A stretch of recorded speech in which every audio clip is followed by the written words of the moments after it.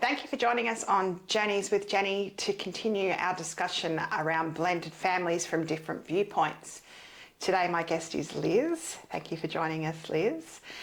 Liz is coming on to talk to us about being part of a blended family in the role of a stepmother and to talk a little bit about the ups and downs of this journey for her. It's a very personal experience and we really appreciate you coming on to talk about that.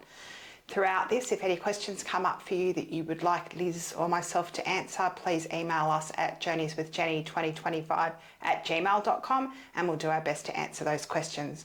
Remembering that the purpose of this podcast is to help people that are currently going through this journey and maybe finding some parts of it difficult, and whatever lessons we've learnt throughout that, we want to share with you because we've done the hard yards already and you might be just beginning that journey.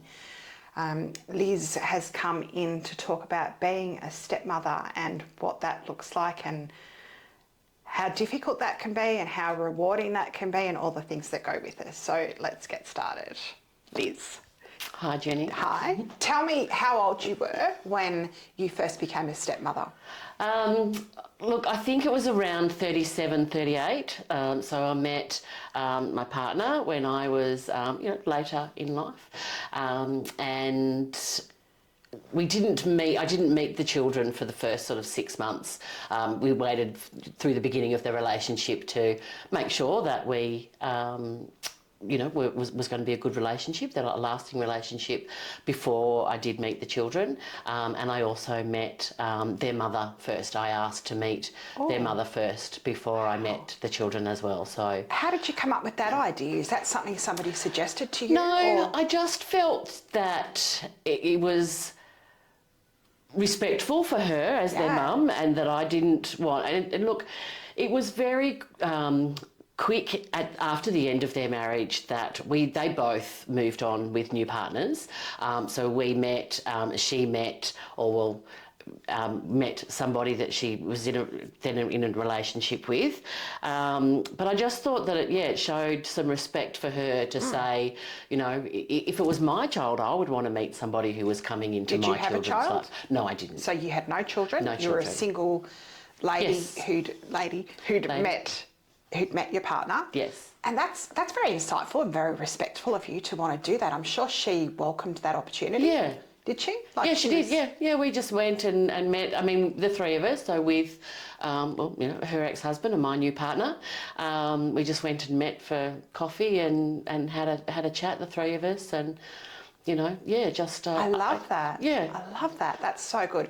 Obviously, that's such a great way to start it all off, but not everybody is going to want to do that. So you're going to find that you've got an ex-wife who's not in a good place and doesn't want to meet you, or ex-husband, like vice versa. So that's just, that's a great way to start though. Like if you can make that start that way, what a great way to start. Yeah. Child-focused. Well, that's, and it always was. And I think, we still have a good relationship. You and the children's mother? Yep, absolutely. Because you're no longer together with your We partner. are no longer together. And I have a great relationship with the two children as well, but still see their mother quite regularly. And, have a really good relationship. And I think that, and has always been child focused. Yeah. Yeah. So, and I think that we were able to do that. And as you said before, not everybody can do that. Yeah. And, we were able to do that. And so we, I guess we went with it, and that's what worked for us. So. Yeah, that's fantastic. Yeah. Right. So you've met the mum. Yes. And then you're with your partner for about 6 months when that happens, and that's a great space to wait as well to meet children. I think my partner and I waited about 4 months before I met the children, because you've got to actually make sure that your relationship's working before you start bringing other factors into it. And if that means that you've got to only see your new partner once a fortnight or something because he's got his kids that week, that's what you've got to do. Yeah, and it's still really important for your relationship to nurture your relationship before you move into meeting the kids. Yeah. How old were your stepkids when you first met them? They were 6 and 4. Okay. Yeah, so 6-year-old daughter and 4-year-old son. Yeah. And you were terrified to meet them, or you were comfortable to meet them? don't think I was terrified. No, I have a background working with children. Yeah. So I've worked in childcare for many, many years, now about 32 years. So at the time of meeting them, so no, I wasn't scared of meeting them. But it was I hadn't been in a relationship with somebody before who did have children, so it was new. Yeah.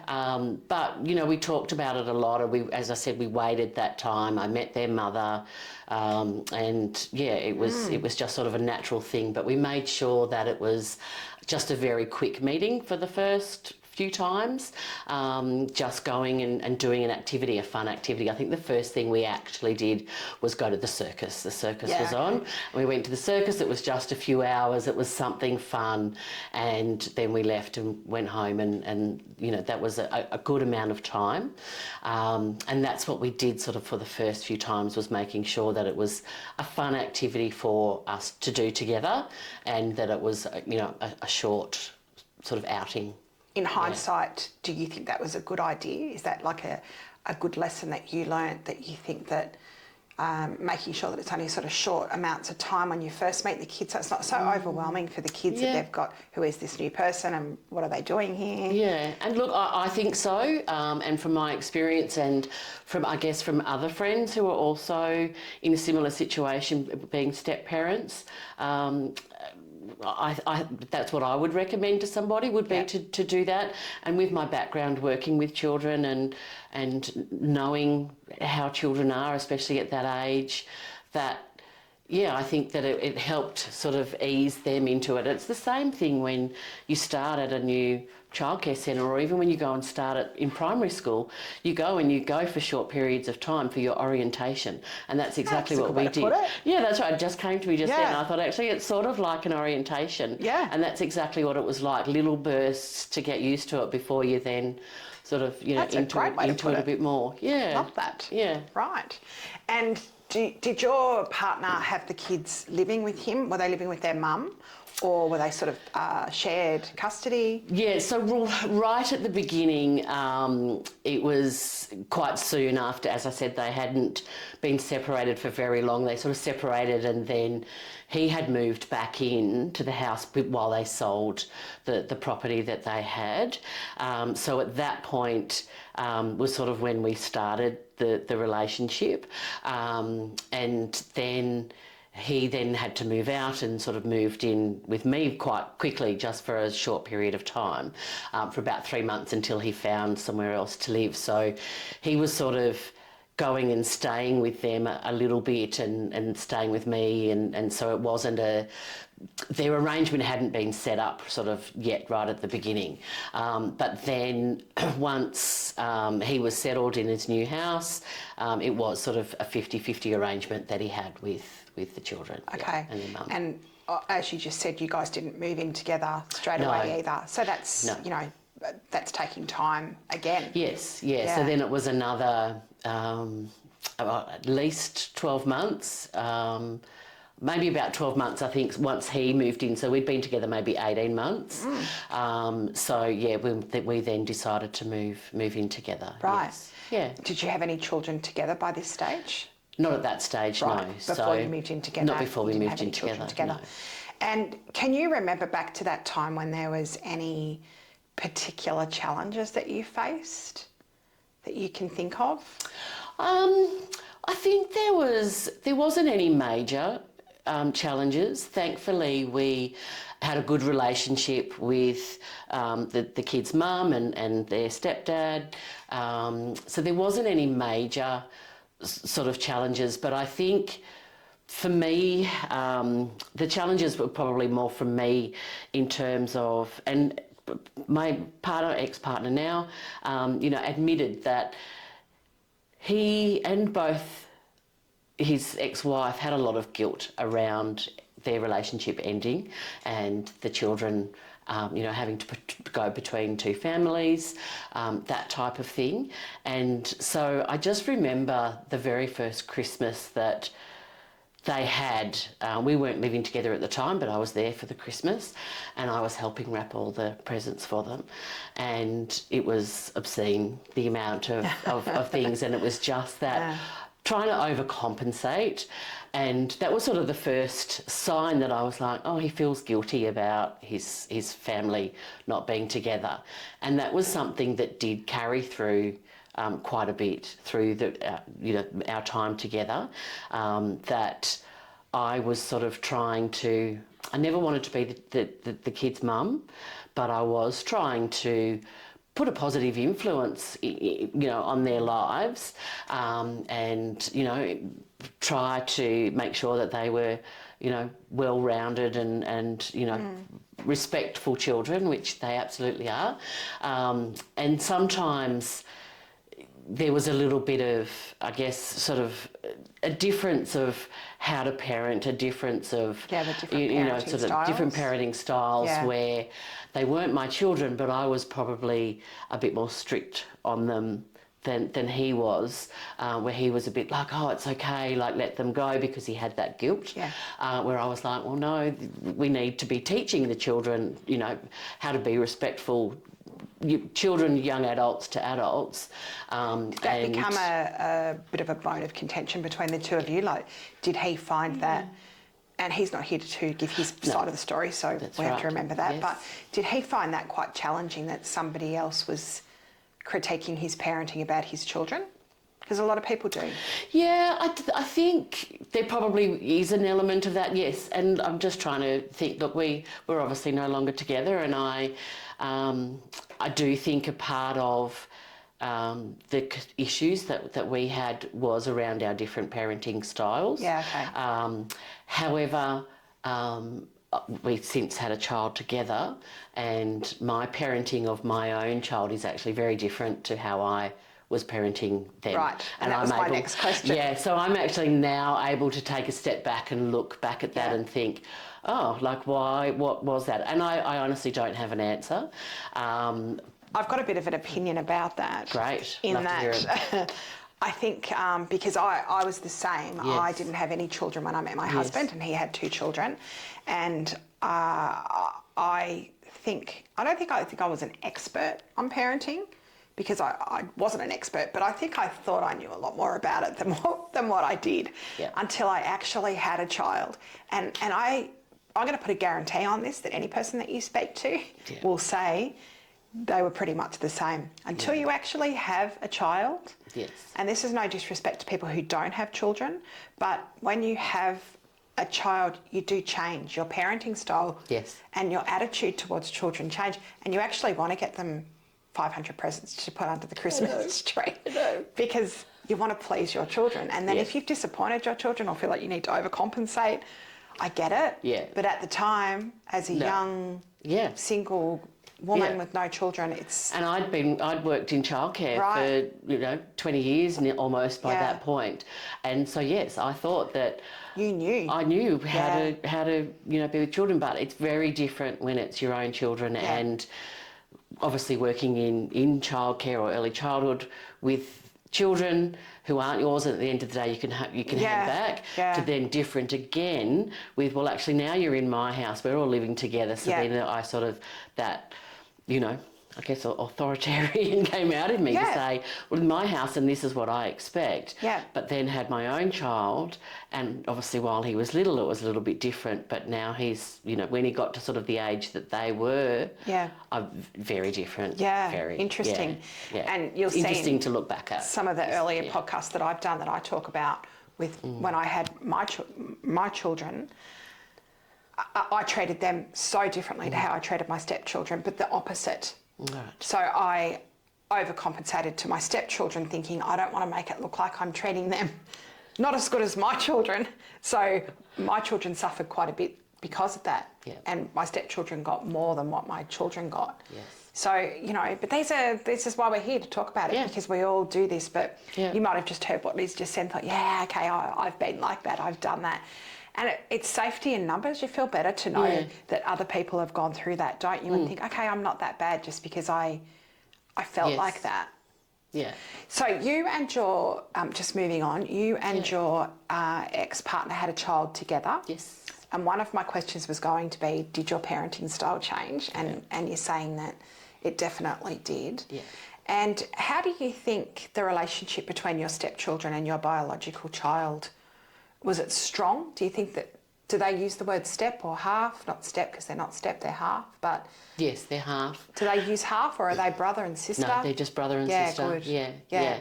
And they've also got a half sister who's the same age. And our children went to school together, went to primary school together. Yeah, they've just finished primary school, so they went to primary school together. So, but yeah, they're brother and sister. They've never... Do they get to see each other? Oh, because your son would visit his dad and he gets to see his brother and sister over there. So when we separated, we arranged it like our time with our son. He would spend the same time with their dad, so that he got that relationship with. So yeah, he's got one night with his dad by himself, and I said that was really important, so that he had that.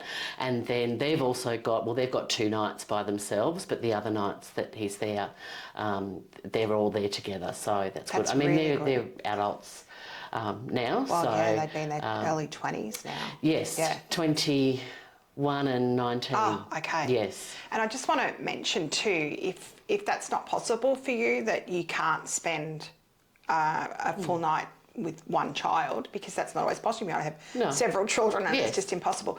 If there's any way that you can just spend 1 hour with each child separately doing something just with that child, that's all your child wants, is your time and your attention. It's not always possible to spend a full night, but just think outside the box. Yeah, something. Yeah, just something that makes you as a child feel special. Yeah, and that's great. So they all still get to see each other. They've got a good relationship together. Yeah. When you split up with your partner, how old was your biological child? I'm testing your memory. You are testing my memory. So he was... Or just must roughly. be about 6 or 7. Okay. Yeah. All right. Did you find that difficult in trying to navigate the parenting part of that? Like, can you tell me about some of the ups and downs of that, like separating from him, and what happened to your child? You know, did you share custody? Yeah, so when we separated, we waited to tell the children until I had somewhere to move out to. So I only needed a smaller place because it was just my son and I. All kids were living... All kids were living, So, so I chose to move out, and then once that was all sort of secured and ready to go, we then let the kids know. We're really lucky, and again, we know that not everybody can do this, but my child's dad and I actually have a really good relationship. We have a really good friendship. We're better as friends than we were in a relationship. And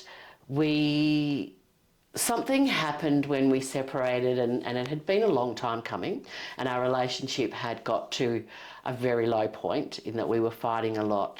But something happened when we finally made that decision, that we sort of bonded again with each other, and we're really supportive of each other. So he helped us move, and you know, we just sort of really bonded again, and like we hadn't for years, and started communicating again like we hadn't for years when we were living in the same house, sleeping in the same bed, but it just sort of happened. And 5 years on, we're still like that, is that we're still good friends. He has a key to my house. He's actually going to my house this weekend because I'm visiting from another state, because I think I've left my bin full. So he's going to let himself into my house on the weekend and go and empty my bin for me. How did that happen? How did that happen? How did that happen? I want to know. We all want that secret. I don't know. Look, I think that I don't know what it was, but we just started. We were better as friends. We just started talking a lot more than we did. We did try to go to counselling. We did sort of think that maybe we could get back together because we were sort of bonding, but. Yeah, we worked out that wasn't right. We were better as friends, and we just, when we talk about things, we talk about that it's not about us, it's actually about our child, and making sure that the transition and the changes for him were as smooth as possible. So that, you know, when he goes to his dad's place or when he comes to my place, that, you know, we're both in each other's houses quite a bit. When we go to things together, so when he plays sport, his dad will come and pick us both up and we'll go together to sport. Does Dad have a new partner? No. Has he had a new partner? That's probably the key, is neither of us in the 5 years have had new partners. Yeah. And I know that dynamic will change for both of us if that happens. Because if he has a new partner and, you know, there's not going to be many new partners that are going to be like, yay, let's go pick up Liz and we can all go together to watch that's right. the game. No. I think it's fantastic. Yeah. But I think that it's rare. Yes, we've had a few people on here where they've had some really rare situations. Yeah. But still, it comes back to maturity from both of you and child focus, putting your child first. It's always been about putting your child first and your stepchildren first by the sounds of it. And you've gone into it with a mature attitude.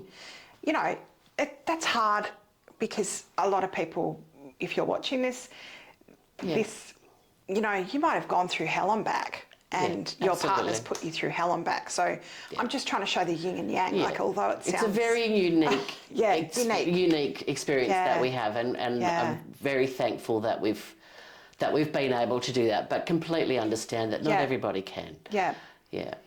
We have questions, and you've probably seen from previous episodes that we have questions, but we don't actually ask those direct questions because I've got them written down here. But as we're talking, the answers kind of come out through the questions. But one of these we haven't, I think we've answered, but I'm interested to hear what you think, Liz.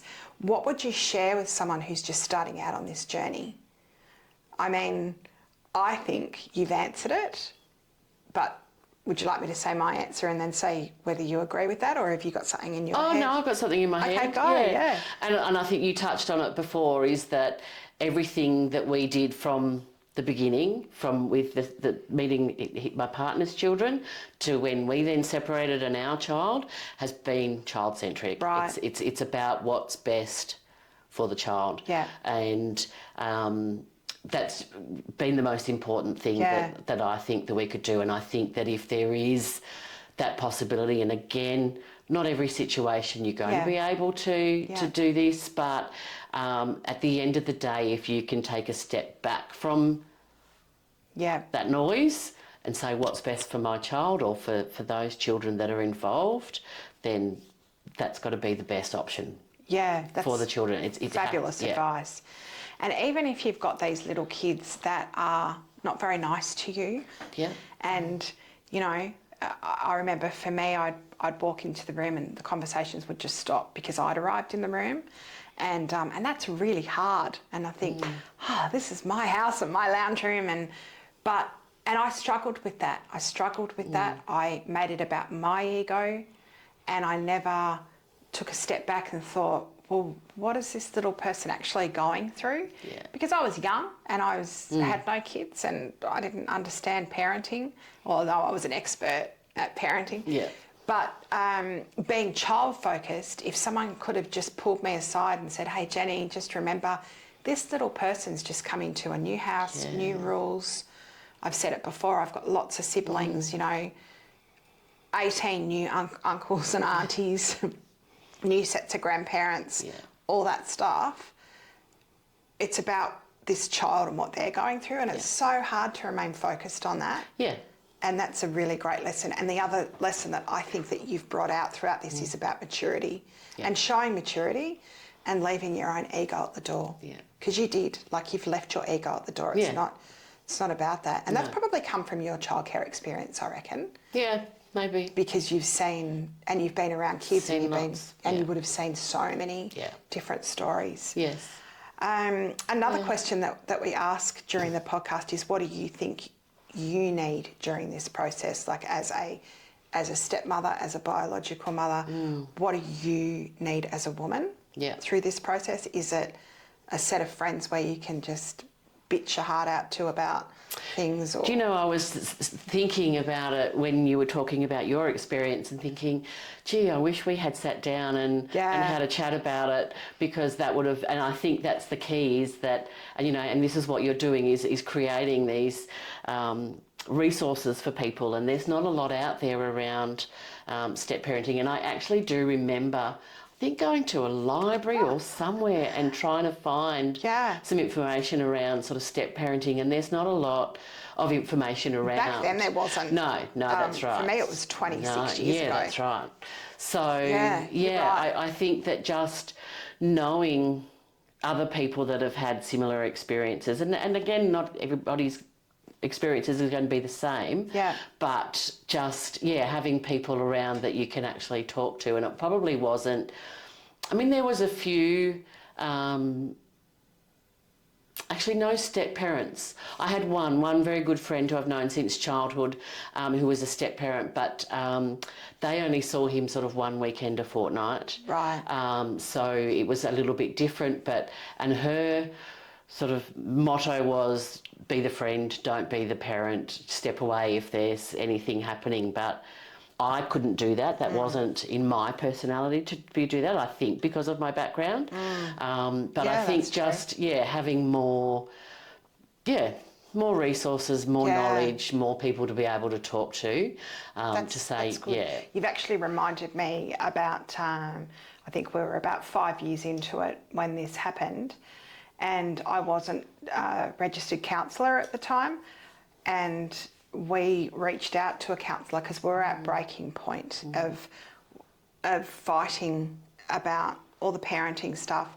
We had a very, very difficult time with the children's mother. There was no budging with any of that, and that was really hard because we wanted to budge with it, but that's another podcast for another day. And we reached out, and I found a therapist that my husband and I went and saw. We only saw her once, and it was so life-changing for both of us. We both walked out of there with that human connection to someone else, going, you know what, it's okay that you feel like this, and it is really hard, and you will get through it, and there is light at the end of the tunnel, but it's all right. And I think that we don't use each other enough for that, and that's exactly what you're saying. That's right. And me talking to that lady made me go, oh, you know what, I'm not that bad. No, I'm not alone in how I'm feeling. I'm not, there is... Right, because as humans, we are drawn to each other. Look at all the support groups that are around. You know, people try, there's Nicotine Anonymous, I think. People trying to give up smoking bond together. Yes. People, alcoholics, like all the things that we've got trouble in our life with. And so that's great advice, like reach out. But it's never people. Seen as a trouble. Right. I think that's the difference with, you know, there's obviously the things that you mentioned, nicotine addiction, they're, you know, they're an illness, they're an addiction, whereas being a step parent is seen as, oh, you know, you're so lucky being a step parent. Yes. Like, am I, you know, is it? Like, you know. Yes. So I think really good point. Just a bit different, so people don't think that you need that support and that bonding. Or that you're struggling. Why would you be struggling? You've got these 2 new beautiful children in your life. Why would you be struggling? Yeah.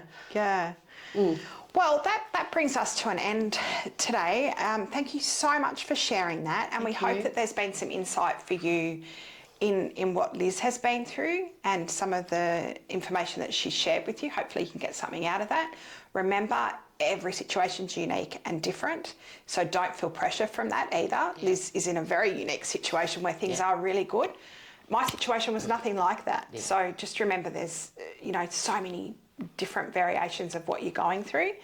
You can always email us with your questions at journeyswithjenny2025@gmail.com. If you have questions for Liz, I'll pass them on to her and we'll come back on and answer those questions. Take this opportunity to thank you for joining us on this journey with Jenny, and we look forward to seeing you next time. Thank you. Thanks.